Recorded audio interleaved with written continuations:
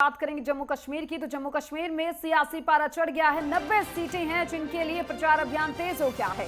BJP, Congress, PDP प्रचार में जुटी हैं। क्षेत्रीय दल भी चुनाव को लेकर सक्रिय। नेता प्रतिपक्ष राहुल गांधी का जम्मू दौरा। जम्मू कश्मीर में हो सकता है गठबंधन। कांग्रेस नेशनल कॉन्फ्रेंस के बीच गठबंधन की उम्मीद। राहुल गांधी और मल्लिकार्जुन खड़गे ने बैठक की है। नेशनल कॉन्फ्रेंस के नेताओं के साथ ये बैठक। फारूक अब्दुल्ला, उमर अब्दुल्ला इसमें मौजूद रही। 3 चरणों में आपको बता दें कि जम्मू कश्मीर में चुनाव होना है और वो 3 तारीखें हैं, 18, 25 और 1 अक्टूबर।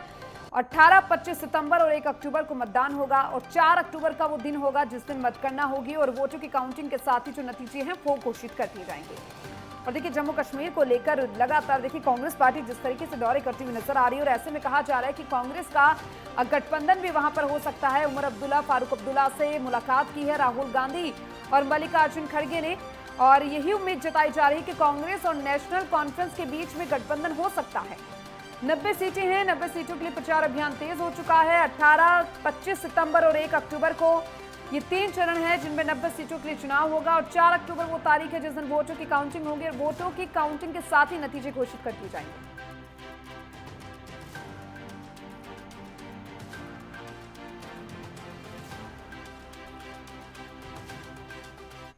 और चलिए, जम्मू कश्मीर के बारे में ज्यादा बातचीत के लिए हमारे संवाददाता अजहर हुसैन जुड़ चुके हैं हमारे साथ लाइव। उनका जरा रुख करेंगे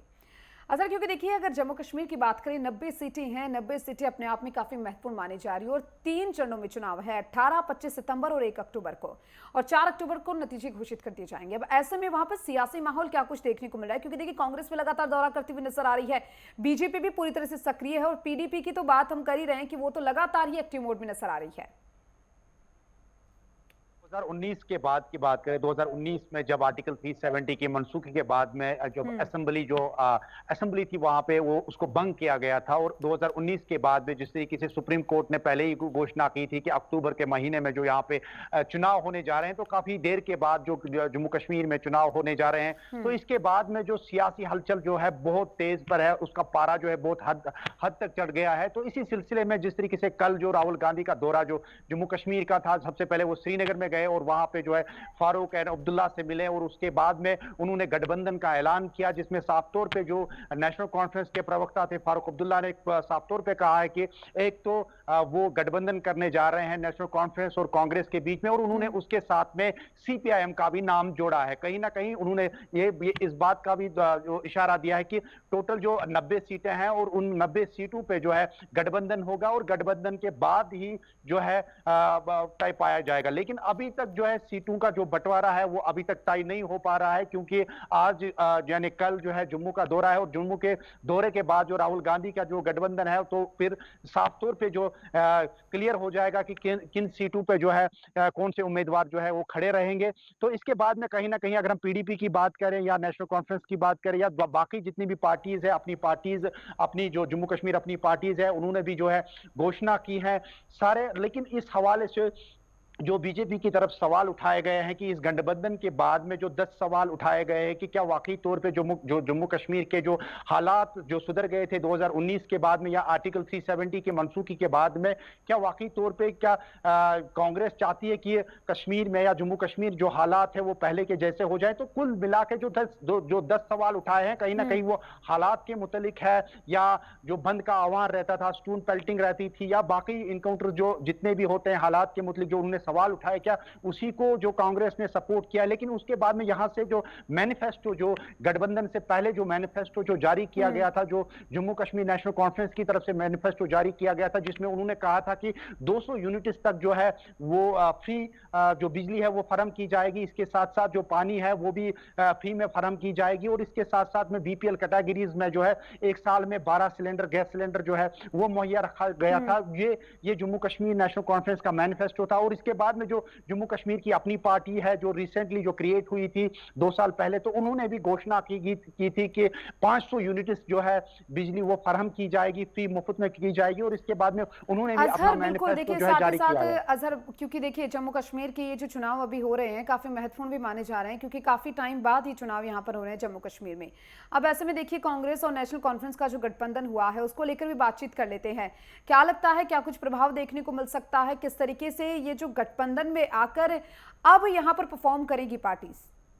देखिए, अगर हम गठबंधन की बात करें, हायर ऑफिस की तरफ से जिस तरीके से राहुल गांधी का दौरा रहा, तो उसके बाद में जो गठबंधन रहा नेशनल कॉन्फ्रेंस और कांग्रेस के बीच में, और उसके साथ में जो सीपीआईएम का नाम भी लिया गया, तो सीपीआईएम के जो यहाँ पे प्रवक्ता है महमूद यूसुफ तारिगामी, उनका भी नाम लिया गया कि उनके साथ में भी जो ये अलायंस है वो तय पाया गया है। लेकिन कहीं ना कहीं अगर हम निचले सतह की बात करें, जो निचले सतह के जो नुमाइंदे हैं नेशनल कॉन्फ्रेंस के या कांग्रेस के, कहीं ना कहीं उनमें नाराजगी दिखाई दे रही है, क्योंकि उनका मानना है कि कई सालों से वो मेहनत कर रहे हैं ग्राउंड जीरो पे। अगर गठबंधन होता है तो उनको मौका नहीं मिल पाएगा। तो इस हवाले से कहीं ना कहीं जो ग्राउंड जीरो पे है, जो नुमाइंदे हैं, कहीं एक जगहों पे जो है नाराजगी पाई जा रही है। तो कहीं ना कहीं अगर हम बाकी पार्टीज की बात करें, इस गठबंधन के बाद में बाकी पीडीपीज की बात करें, तो पीडीपी में भी कुछ ऐसे नुमाइंदे हैं जिनको टिकट नहीं मिली, लेकिन उन्होंने जो है पार्टी से नाराजगी के बाद में इंडिपेंडेंट जो है इलेक्शन लड़ने का ऐलान किया है। तो इसी तरीके से इस गठबंधन के बाद में यह आशंका लगाई जा रही है, काफी सारे जो नुमाइंदे हैं इनके, काफी सारे जो बड़े नेता है, वो शायद पार्टी को खैराबाद करके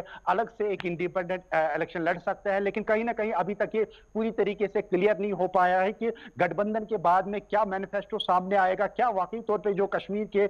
मुतलिक जो मैनिफेस्टो है वो अभी तक क्लियर नहीं हो पा रहा है। लेकिन मैं जो मैनिफेस्टो बता रहा था, ये गठबंधन के पहले से ये जो मैनिफेस्टो है जिसमें मुफ्त बिजली या बाकी राशन की बात की जा रही है, तो ये उससे पहले की बात की जाए। लेकिन अभी तक जो है क्लियर नहीं हो पा रहा है कि गठबंधन के बाद में इनके पास क्या मैनिफेस्टो रहेगा। लेकिन जो हमारी बात हुई है बड़े बड़े लीडरों से, इनके जो गठबंधन के लीडर हैं, उन्होंने कहा कि कुछ एक दिन जो है वेट करें, तो ये मैनिफेस्टो तैयार करेंगे और उसके बाद में ये मीडिया के साथ वो साझा करेंगे। बिल्कुल अजहर, क्योंकि देखिए अब ये जो चुनाव हो रहे हैं अपने आप में काफी बेहद महत्वपूर्ण हो जाते हैं, और ऐसे में कांग्रेस की बात हो, बीजेपी की या पीडीपी की, और जो गठबंधन हुआ उसकी बात हो, सभी यही चाहते हैं कि जो पार्टियां हैं वो एक बहुत अच्छी तरीके से इस चुनाव में परफॉर्म करें। साथ ही बीजेपी की बात कर लेते हैं कि बीजेपी खुद को कहाँ स्टैंड कर रही है, क्योंकि देखिए आप तो ग्राउंड जीरो पर भी मौजूद है, लोगों से भी बातचीत वहां पर कर रहे होंगे, आपको क्या लगता है? और ऐसे में जो स्थानीय मुद्दे हैं वहां के वो कौन से उभर कर सामने आ रही हैं? देखिए, अगर हम इससे पहले थोड़ा सा मैं आपको पीछे ले जाने की कोशिश करता हूं, जो ही अभी जो रिसेंटली जो लोकसभा इलेक्शन हुए थे, लेकिन हमने देखा कि बिल्कुल ग्राउंड जीरो पे हम रहते हैं, हमने देखे हैं बहुत सारे इलेक्शन देखे हैं, लेकिन जो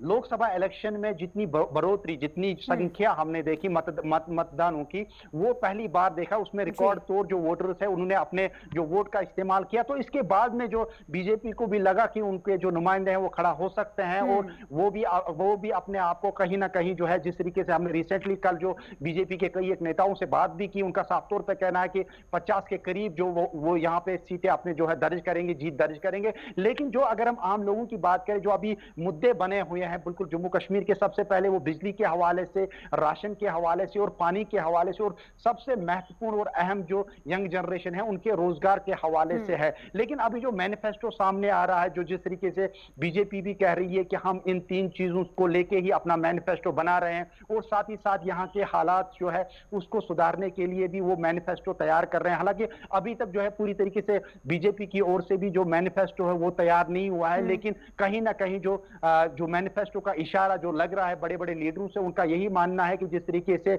बाकी पार्टियों ने तज़किरा किया कि बिजली, पानी और बाकी चीजों को लेकर उन्होंने मैनिफेस्टो तैयार किया है, तो इसी तरीके से जो बीजेपी का भी मानना है कि इन्हीं 2-3 मुद्दों को लेके वो अपना मैनिफेस्टो तैयार करेगी। और साथ ही साथ जो आरक्षण है, जो जितने भी एसटी पॉपुलेशन या गुजर बकरवाल है, उनको भी साथ लेके वो कोई बड़ा जो मैनिफेस्टो हो वो सामने लाएंगे। लेकिन ग्राउंड जीरो पे हम देख रहे हैं कि लोगों की जो है काफी सारी जो शिकायतें हैं वो इस लिहाज से है कि बिजली के हवाले से जो बढ़ती हुई बिल्स में इजाफा है, और साथ ही साथ जो राशन की कटौती है, और उसके साथ साथ जो पानी के फीस का इजाफा है, तो उसके लेके जो अभी आम लोगों का मानना है कि वो कम हो जाए, तो ताकि वो अपने नुमाइंदे चुने और वो अपने नुमाइंदों को चुन के असेंबली में पास करे, ताकि जो जितने भी उनके मसाइल होंगे उनका हल हो जाएगा। बिल्कुल अजहर, क्योंकि देखिए जिस तरह के जो स्थानीय मुद्दे हैं वो ज़्यादा महत्वपूर्ण हो जाते हैं कि आखिर जो मुद्दे हैं उनका कहीं ना कहीं जो हल है, चाहे कोई भी पार्टी जीत कर आए, वो उन मुद्दों का हल ज़रूर करे। साथ ही अजहर, क्योंकि देखिए 2014 के बाद चुनाव हो रहे हैं, ऐसे में देखिए आम जन की बात करें तो वो कितना उत्साहित है इन चुनावों को लेकर, क्योंकि देखिए जैसे ही चुनावी तारीखों की घोषणा हुई वैसे ही राजनीतिक पार्टियों का जो दौरा है वो भी जम्मू कश्मीर की ओर ज़्यादा बढ़ने लगा। ऐसे में आम जन की बात करें, जो पब्लिक है उनकी बात करें, वो कितना उत्साहित है इन चुनावों को लेकर? देखिए, जिस तरीके से आपने खुद कहा कि 2014 में जब इलेक्शन हुए थे, तो उसके बाद में जो 2000 क्योंकि रिसेंटली फ्लड आया था, जो तबाही वाला सैलाब जो 2014 में आया था, तो उसके बाद में जो इलेक्शन हुए, तो उसके बाद में जो हालात बने, उसके बाद में 2016 जो बंद का आह्वान रहा, तो उसके बाद में 2019 जब असेंबली चल रही थी, तो 2019 में जो असेंबली जो है भंग हो गई, तो उसके बाद में यहाँ पे तकरीबन एक दहाई के बाद अभी इलेक्शन जो है शुरू होने जा रहे हैं। तो मैंने पहले ही बताया कि जिस तरीके से लोकसभा इलेक्शन में लोगों ने बढ़ चढ़ कर हिस्सा लिया, न कि अर्बन एरिया बल्कि